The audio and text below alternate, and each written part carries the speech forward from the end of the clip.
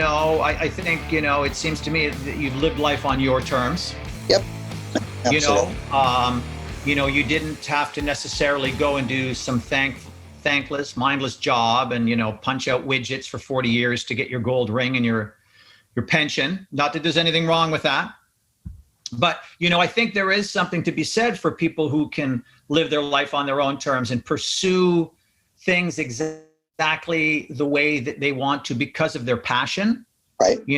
Like my parents, they didn't have that option. And they also didn't pass that along to me as though that was an option. Right.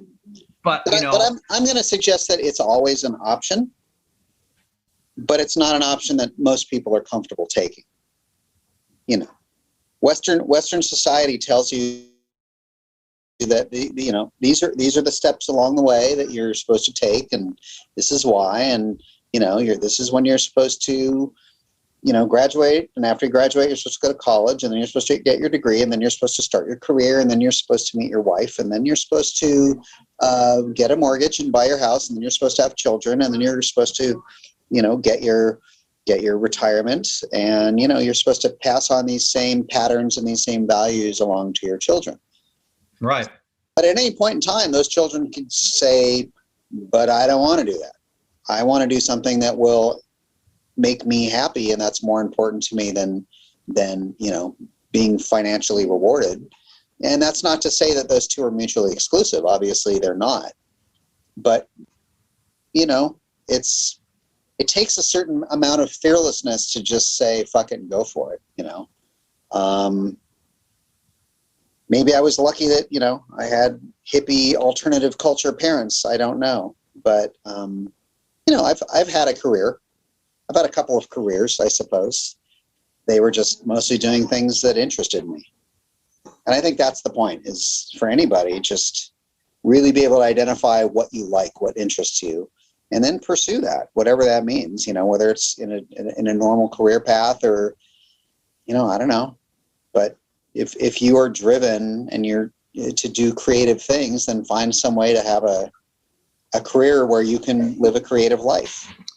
And if you can get paid, cool. It's that much better. How do you think the current state of the music industry compares to the old, the music industry when you started out, in terms of, where technology and stuff like that is at? Do you think it's easier for younger artists now, to establish themselves and to potentially succeed than it was back then? Or do you think it's really the same using different tools? I think it's actually harder.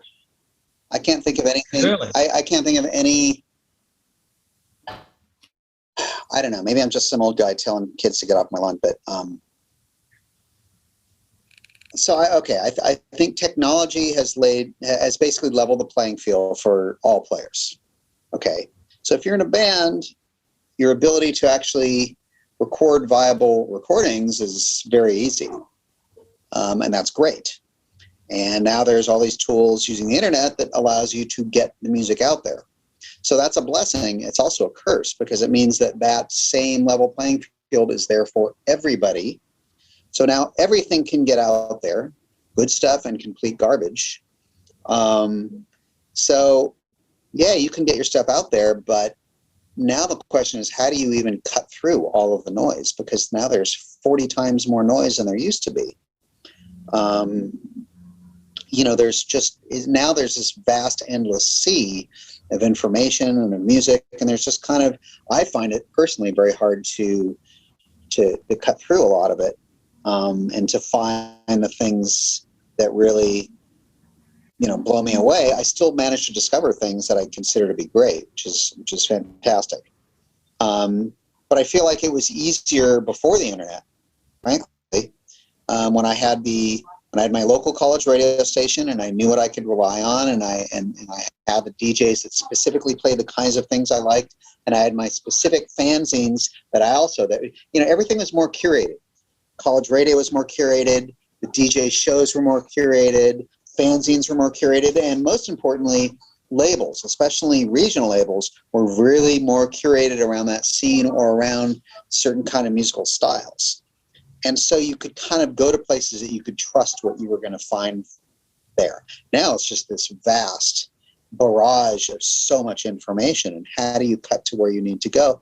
Again, I do still discover it, but I think I would not want to be in a band now. It's like there was a time when you could actually put out music and get royalties and at least make some income. And it seems really, really difficult now to really earn any money, making music. Like there's so many young kids today don't think that they should have to pay for music because they can get so much of it for free. And so they don't really understand how much work and energy and, blood, sweat, and tears goes into making this stuff.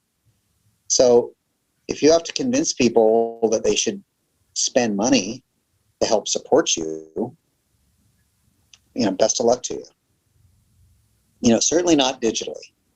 I'm putting out this 10-minute warning record. I'm going to put out 1,000 copies. I feel very confident that I'll have no problem selling them. But if it was just digital, I'd probably make, nothing. That said, I'm hoping to start making music again starting this next year. So, but I'm not gonna worry about making money. I'm just gonna find people that, I can make really cool music with, and we'll just move forward and see where it takes us, and not go at it with any purpose of earning money, but really do it for the creative love of it.